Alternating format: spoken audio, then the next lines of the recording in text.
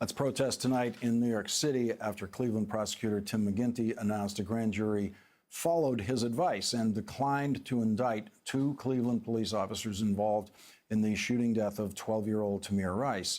Tamir Rice was killed 13 months ago. He was handling a pellet gun near a recreation center when someone called 911. The caller told the dispatcher the gun was, quote, probably fake. And the person also said the person with the gun was probably a juvenile.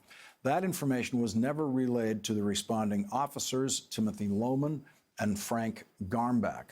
Officer Lohman shot Tamir Rice within 2 seconds or less of arriving on the scene. During a press conference this afternoon, the prosecutor said it would have been unreasonable for officers to wait to see if Tamir Rice's weapon was real.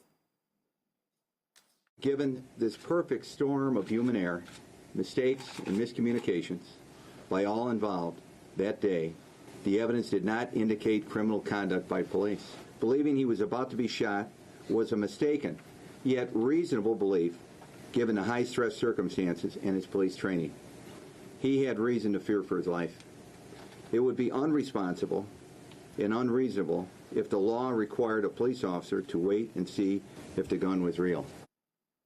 Tamir Rice's family says they weren't surprised about the grand jury's decision. In a statement tonight, Tamir Rice's mother said Prosecutor McGinty deliberately sabotaged the case, never advocating for my son and acting instead like the police officer's defense attorney. I don't want my child to have died for nothing, and I refuse to let his legacy or his name be ignored. We will continue to fight for justice for him and for all families who must live with the pain that we live with.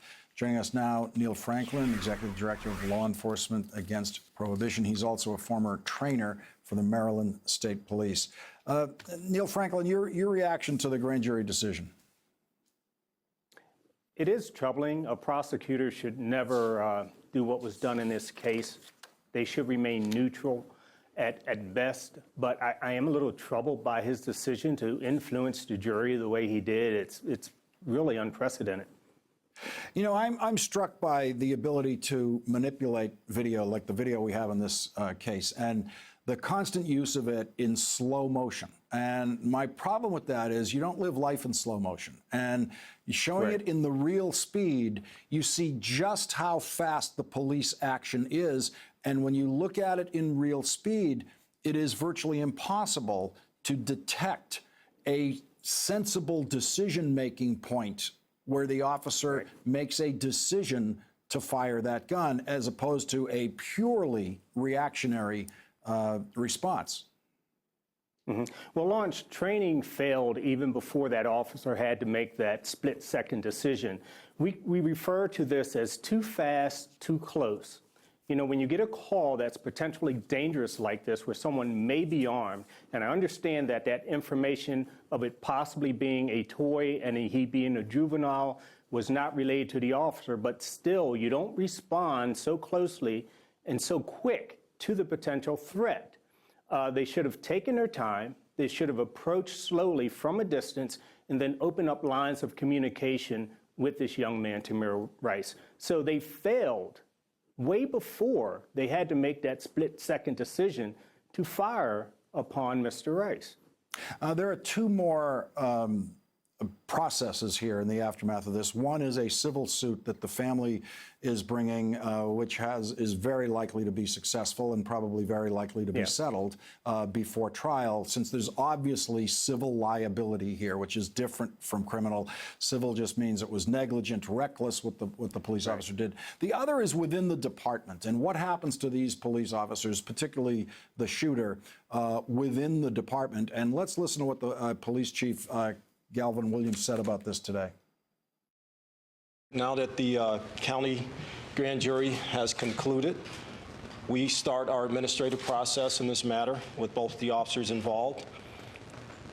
We are going to reconvene our critical incident review committee. They will take a look at all the evidence. They will take a look at all the testimony, everything that's been put out there so far, and they will forward a recommendation to my office. Are you pertaining to the discipline or potential discipline of the officers that were involved in the shooting?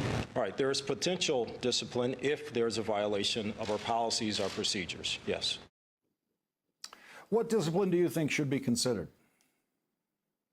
Well, obviously, there's going to be some serious remedial training here. There needs to be. And I hope that they take a really good look at their overall training program regarding this too fast and too close scenario that I mentioned earlier. But there's one other thing that's extremely important. We are guardians of life.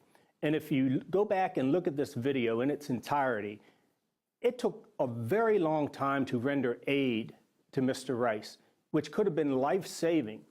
And it was 8 minutes before the paramedics arrived. And I have a very difficult time seeing any of those police officers tending to Mr. Rice. I could be mistaken, but I do not see it.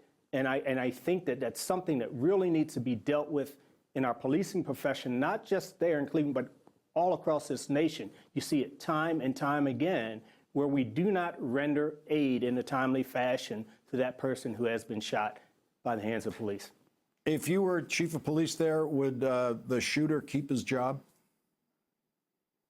Well, honestly, I'd have to say I'd have to look at the entire investigation. I have to examine their training. There's going to be an extensive investigation. They're going to look at training. They're going to look at any other prior incidents with both of these officers.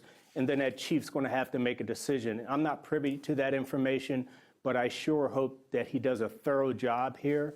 And, well, I feel for the officers, but again, you have to adhere to your training and you have to approach in a proper manner and you have to do things correctly. That's why you have such training.